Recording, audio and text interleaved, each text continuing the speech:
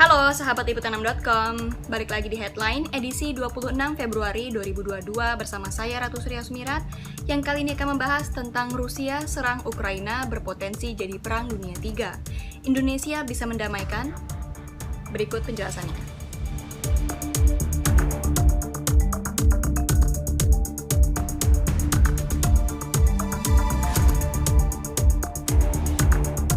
Rudal-rudal milik Rusia menghujani Ukraina pada Kamis 24 Februari dini hari. Desing peluru dari baku tembak para prajurit juga terdengar di dekat pelabuhan utama ibu kota Kiev. Suara sirine pun meraung sebagai tanda bahaya. Tanpa ampun, serangan yang digencarkan Rusia ke Ukraina dilakukan lewat darat, udara, dan laut. Invasi ini merupakan serangan terbesar sebuah negara terhadap negara lain di Eropa sejak Perang Dunia II. Di ibu kota Kiev dan di tempat lain di negara itu, ribuan warga sipil menumpuk di kereta, bus, dan mobil saat mereka mencoba melarikan diri. Dalam pidato yang disiarkan televisi, Presiden Ukraina Volodymyr Zelensky mengungkapkan adanya 137 warga sipil dan personel militer yang tewas hingga Jumat, 25 Februari 2022 pagi akibat invasi Rusia. Selain itu, 316 orang lainnya dilaporkan terluka. Dia mengatakan meskipun Rusia mengklaim hanya menyerang sasaran militer, nyatanya situs sipil juga telah diserang.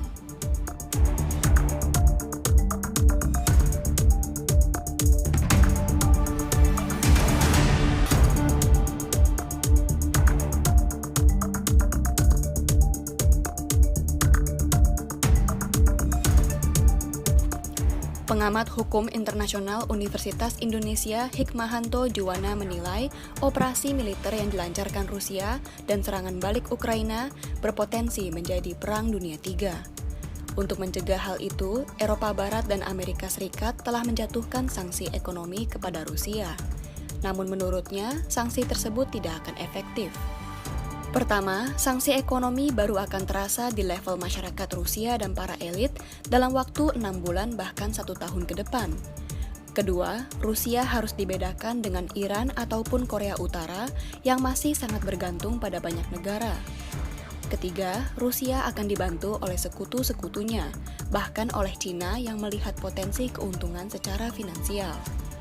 Menurut Hikmahanto, penyelesaian melalui Dewan Keamanan PBB pun akan tidak membuahkan hasil, mengingat di dalam DK PBB ada Rusia yang merupakan anggota tetap yang memiliki hak veto. Indonesia menurutnya dapat memiliki peran dalam perdamaian Rusia-Ukraina dan mencegah pecahnya Perang Dunia III. Salah satu caranya dengan upaya terbuka untuk penyelesaian konflik melalui Majelis Umum PBB.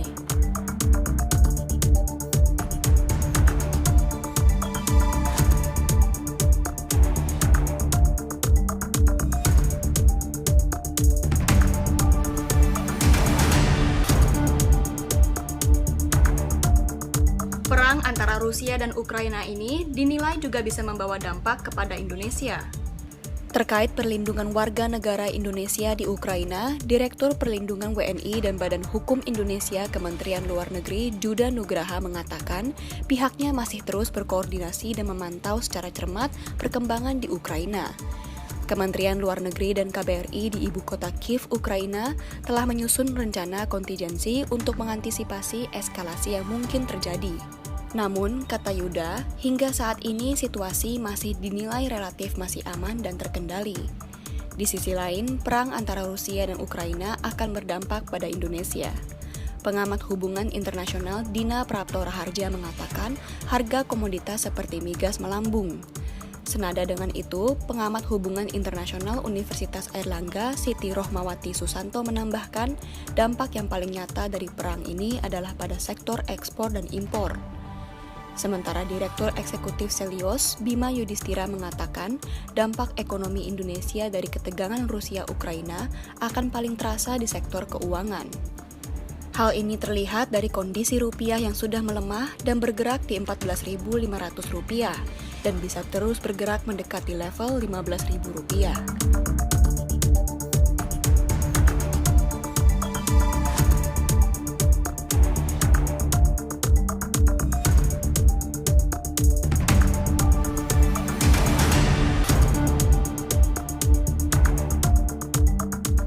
Konflik Rusia dan Ukraina sebetulnya sudah mengakar sejak lama. Perlu diingat bahwa Ukraina merupakan bekas negara Uni Soviet dan Presiden Rusia Vladimir Putin tampak belum rela bahwa Ukraina telah merdeka. Ada pula alasan karena NATO yang ingin ekspansi ke Eropa Timur, termasuk Ukraina yang berbatasan dengan Rusia. Ekspansi NATO ke Ukraina dianggap mengganggu keamanan nasional Rusia.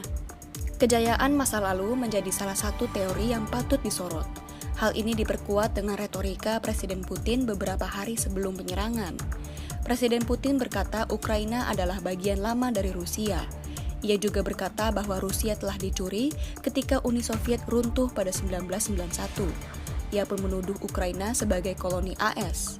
Presiden Rusia Vladimir Putin sendiri mengungkap alasannya berperang dengan Ukraina karena adanya permintaan bantuan dari para pemimpin kelompok separatis di Ukraina Timur.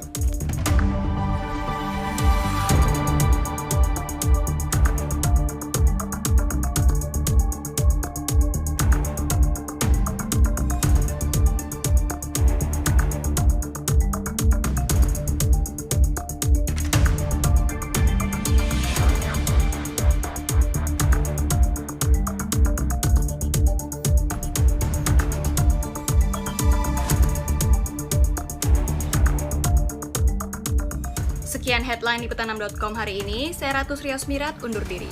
Bye!